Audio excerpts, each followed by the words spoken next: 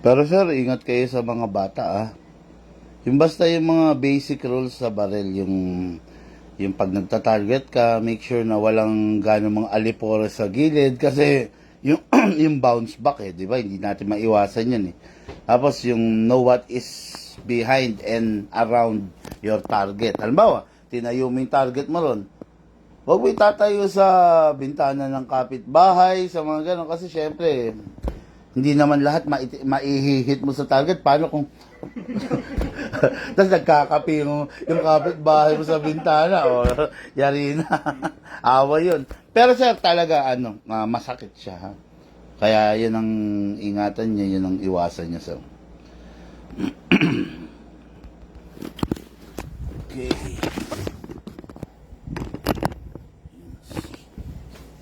Okay guys, good day mga airsoft, good day mga ka-bigman. Okay, isa na namang hapon ang dumating, no? Okay. Pasensya na nawala ako kanina may ginawa ako kanina, no? Kaya wala ako nung may nag-walk-in, nagpagupit tayo, ano. Tapos, okay, dinatnan ko na lang rito ang ating ka-airsoft from Marilao, Bulacan, Sir Hill, at saka, pangalan, sir? Junel po. Si Sir Junel. Okay. Yan. Hindi siya yun ha. Ibang Junel yun, no? Okay, ayun, ngayon, itong magkabarkada ba sir? Bayaw po. Magbayaw. Ayun, pumili sila ng mga unit in our wide range of stocks, no? Ngayon, nag-come up sila din para sa high kappa. Kasi naman talaga namang, sa gwapo naman talaga tong unit na to eh, T-Rex. High kappa 5.1, no? Tapos, syempre, pinagpilian din nila yung two colors available.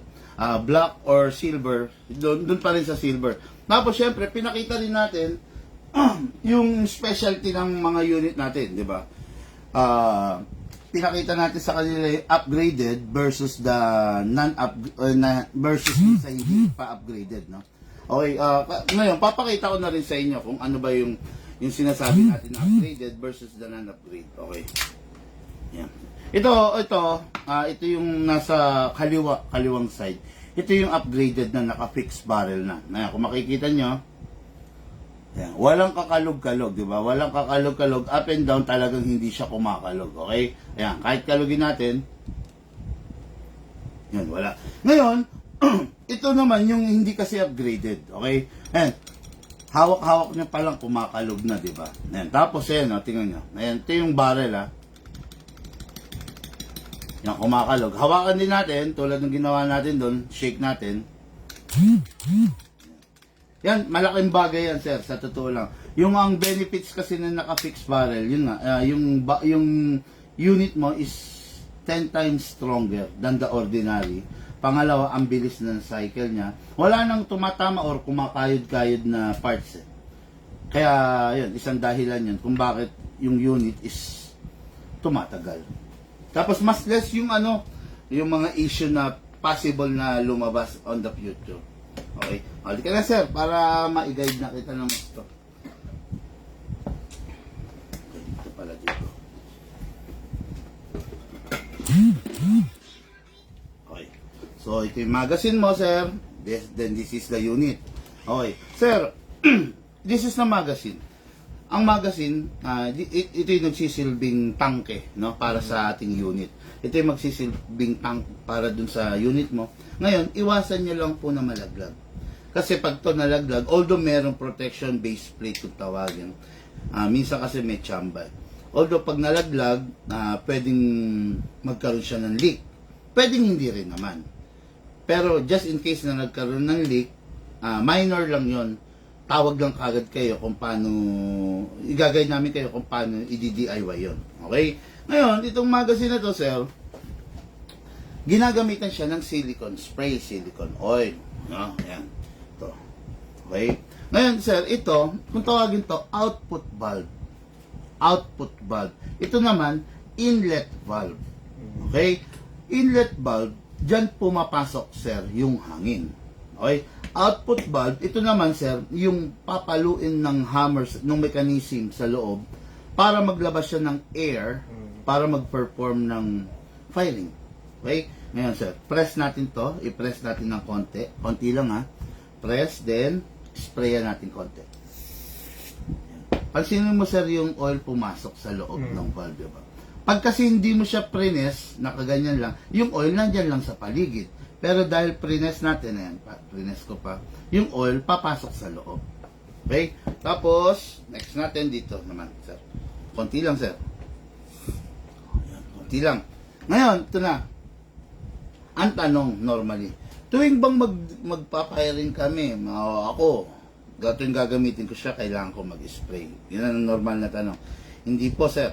Hanggat nakikita mong visible pa yung langis, basa pa, big sabihin, kahit wag na muna. Pero pag nakita mong tuyo na yan, yun, sundutan mo na ng spray. Okay. Dako tayo dito, sir. This is the unit na mismo. Okay? Ikakasama to, sir. Ilalak mo to. Yun. Okay? Ngayon, sir, ito, sticker lang naman to kahit ikaw na mag-alis. Alisin ko na, sir. Para hindi, baka umipit pa eh. Alisin lang natin. Ayan. Ito, sir, ayan, ito, i-sprayan mo to. Kasi, sir, pag hindi mo in-sprayan to, unti-unti, dahan-dahan, sir, mauubos yung bakal. Eventually, magkakaroon ka ng problema kasi magke-create yan ng groove dun sa ilalim para kumbaga magmamalfunction yung pag-open slide niya pag wala ka ng bala. Ito, sir, sprayan ko, ngayon medyo marami akong mag-spray kasi first time niya may spray. Pero pag ikaw na lang, follow up na lang, wisik lang. Konti lang.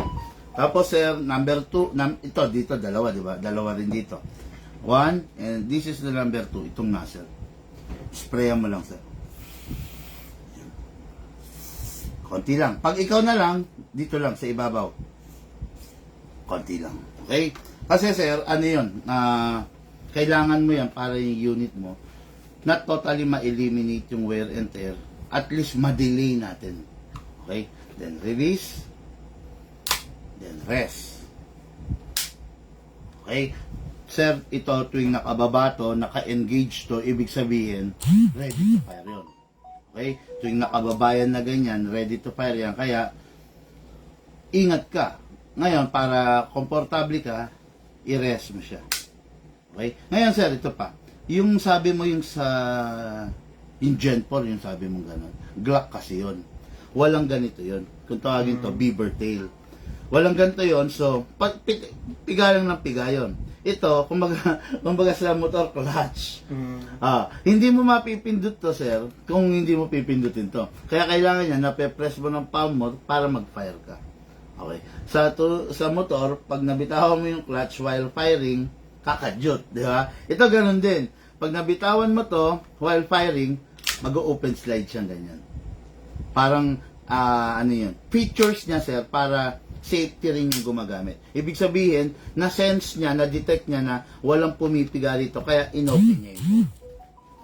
Alam ko, sir, hindi lahat ng sasabihin ko matatandaan mo. Pero meron tayong video rito, i-share ko siya sa iyo para just in case na may makalimutan ka, meron kang pwedeng recap. Yes, sir. Dako na tayo rito, sir, sa gas. Marami tayong iba't ibang klase ng gas, sir. Meron tayong tinatawag na 12. Meron tayong tinatawag na 14. Okay? Yung 12, sir, ginawa to para sa mga entry-level pistol. Ito, tulad nito. Pistol, kahit mga high-end, pwede rin naman dito. Pero ito, ginawa talaga to para sa rifle. Pero, pwede rin siyang gamitin on some pistol. Sa ibang mga pistol na ng mga high-end talaga na matitindi. Yan. Tabi ko na to, sir, ha. Kahit anong gamitin mong brand ng gas, okay lang. Basta lagi, check mo dapat 12. Pag hindi 12 ba nakalagay, wag. Okay. Ito na. Sa paggagas na tayo, sir. Sa paggagas, patong mo, tapos lagi pataob. Hindi po pwedeng pahiga or patayo. Kailangan pataob, sakto mo lang, gitna mo, then press down. 1, 2, 3. Okay na yan, sir. 3 seconds. Yung isang bote nun, yung isang bote nito, sir, is good for 35 na na na magazine. Na 35 na refill ng magazine. One magazine is 27 rounds ang maximum na bala, pero may allowed lang 20 to 23 lang para yung spring naman hindi masira. Medyo napupuno na ng data yung utak nila. Di ba, sir? Relax lang. Ganyan lang talaga sa una. Pero later on, memorize mo rin yan. Okay, dito na tayo. Magazine na. Lalagyan naman natin ng bala. Diyan pumapasok ang silbi ng reloader. Pag wala kang reloader, isa-isa lalagay mo. Yung sa Gen 4, malamang yun, meron. Wala. O, yun. Okay, ngayon ito. Hatakin mo to, sir. Hatakin mo to. Ito. Yan. Yun. Hatakin mo, iwasan mo lang na nabibitawan. Dahil sa lakas ng spring yan, possible mabasag to, sir. Medyo mahirap humanap nito. Okay? Worst case scenario, bibili ka ng isang buong magazine. Okay, hatakin natin to, sir. All the way, hatak. Ikalang mo yung right thumb mo rito para kung mabibitawan mo to, ito yung sasalo. Hatak, then all the way, then dito ilalagay, sir, yung bala. Dito sa baba. Okay? Ngayon, pump po tayo.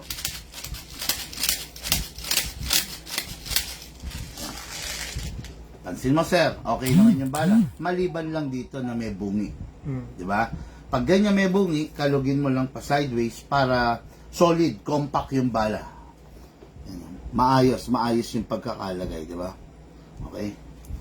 Then, the unit. Hold target, sir. Yan. Pasok, sir. Yung ibang ginagawa, sir, always, sir, finger out, ha. Yung ibang ginagawa, sir, tinutulak nilang ganon. Ngayon, akala nila nakalak na, nalalaglag. Kaya ikaw naman, sir, wag mong gagayahin yun, mali yun. Wag mong itutulak na ganon. Ang gawin mo, medyo lakasan mo. Yan. Kaya ganyan. Yan.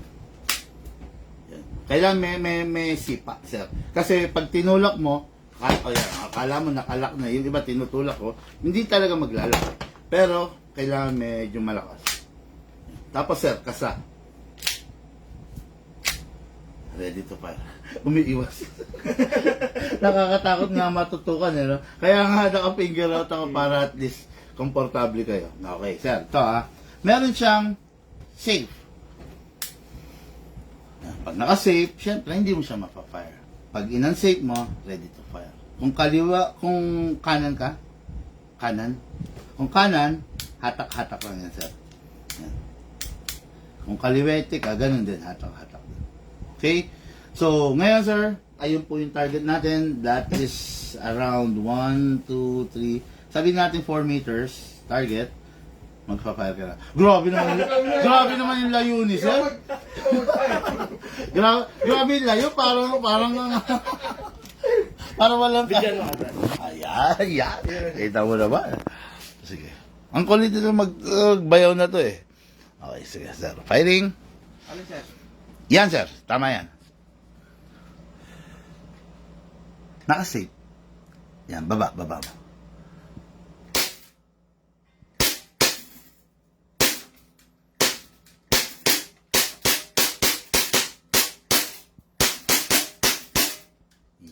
Parang si Gardo Ayan, nakita mo siya, sir. Ikaw naman ngayon, sir, Sir Hill. Diyan lang naman, sir. Siyempre. Sa una nakakakaba lang, pero okay naman yan.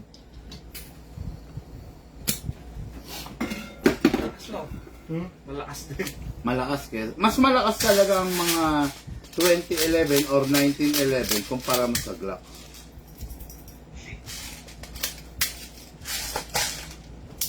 Yan, sir. Pasok ulit. Yan, katulad yan, di ba? Naubos na niya yung bala. Halimbawa, ikaw, naubos mo na rin yung bala, di ba? Pasok mo, sir. Oh. Ay, hindi, niloadan mo na pala. Pasok mo. Hindi mo na kailangan ikasa ulit yan. I-re-release mo lang to. Ready to fire again, sir. Sir, naka-safe ulit. Sige, sir. Testing, sir. Para ba tawas? Yan, sir. Okay, firing.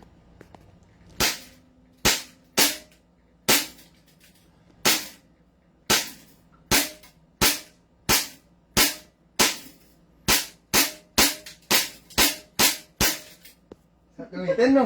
Yeah. Masarap yan, sir. Pagka sa Lalo. pellet, eh, kahit anong gawin mo, hindi mo matatamaan yung gusto mong tirahin, hindi ba? Dahil Butas na butas yan. Ano yung gitna? puro dito. Mas masarap yan, sir. Lalo na kung merong red horse na. Baka maaari ano to, mga buwisit, baka makadali. Ganun ba? Okay, edi ayan na, sir. Ito, kung tawagin to, sir, open slide. Nangyayari talaga yan. Bakit? Kasi wala na siyang bala. Next thing to do, sir, release the magazine. Ito yung tamang pagkakasunod-sunod, ha. Release the magazine, then release the slide. Then rest. Okay? Yung iba, gagawin nila, gina-jumble yun, sir. Open slide. Yung iba, ginagawa, release the slide. Then, nire-rest yung hammer. Tingnan nyo mangyayari. Pumuputok. Di ba? Pag may bala yun, tatalsik. Oh, yes, sir. Oh, kung saan man nakatutok yan, tatalsik. Ang pinaka-proper, ayan nga, release the magazine, saka mo i-release yung slide. Then, rest the hammer by pressing the trigger. Pwede mo nang ipasok ngayon yan. Pero, pag ito, pinasok mo at naka-engage to, nakababa, ibig sabihin, nakakasa, puputok yan. No? Kaya presence of mind lang naman palagi. Kumbaga, yan. Tapos, pag nasanay ka na ron, hindi mo na gagawin yun eh. Bandang mo na nga, pag nasanay ka na, hindi mo ahaya na matutok-tok sa tao eh, di ba? Or hindi mo ahaya matutukan ka rin eh. Tapos, ang units or lifetime service warranty, basta may problema, tulad naman na napag-usapan kanina, kung minor na pyesa lang, hindi natin pagkatalunan yan. Marami ako dyan. Marami akong kinakatay kasi na unit eh. Pero yun nga, kung misuse, ibang usapan. Pero meron tayong pyesa. Lifetime service warranty, sir, basta may problema, dadalhin nyo lang po. Gagawin natin yan, sir. Tapos, yun, isa na lang. Yung bala, sir, yung ginamit natin, huwag nyo nang pupulutin pa. Mura lang po yung bala. Ang mahal yung unit, kumbaga. Ang sisira kasi sa baril, dalawa lang, sir. Yung gumagamit, at saka yung bala. Yun. Kaya, iwasan nyo nang gumamit ng recycle. Halimbawa, yun, yung pinutok natin. Pag tinignan nyo yan, may mga basag, merong buo pa. Yung buo, huwag nyo gagamitin yan. Hindi lang siya nabasag, pero malapit na siya mabasag, hindi lang nabasag. Hindi nyo makikita yung crack eh. Pag nag-crack sa loob, dun madadali pa kayo. Tapos, yun lang naman ang mga dapat paalala. Silver, mas maganda bago itabi, punasan.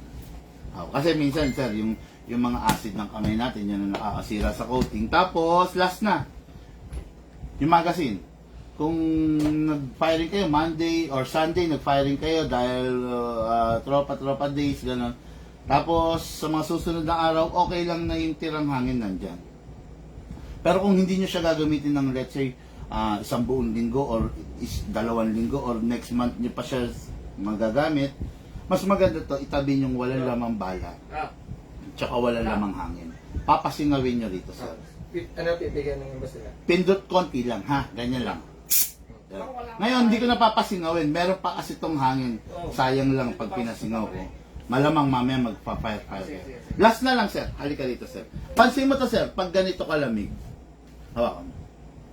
Ang lamig, di ba? Ayaw ng airsoft yung ganitong kalamig na panahon eh. Kaya nga yung airsoft, sa totoo lang nilalaro siya, mas magandang laruin siya sa outdoor. Gusto niya yung araw, yung init. Pag mainit, ang araw, ang paligid, malakas siya. Pag ganito, medyo reduce. Pag ganito nakalamig yung magazine mo, tapos gusto mo pang mag-fire, ang gawin mo, yung body temperature mo, hawak-hawakan mo lang para mag-regenerate yung hangin. Yung hangin kasi pag malamig, mabigat. Pag mainit, nag-e-expand siya, malakas siya. Yun lang naman yun, sir. Okay guys, no, mga airsoft, unit ng ating ka-airsoft, no, yung upgraded version natin ng high capa. Pinakita ko naman kanina to start yung video yung comparison ng upgraded sa hindi upgraded, no. Mas maraming benefits, mas maayos, 10 times stronger than the ordinary. Okay? Guys, thank you and have a blessed day sa lahat. Maraming salamat po. Please, share the live video. Okay? Thank you po. Mamaya tignan natin, no, makakapag-live pa ako ng unit ng ating ka-airsoft. Okay? Thank you po.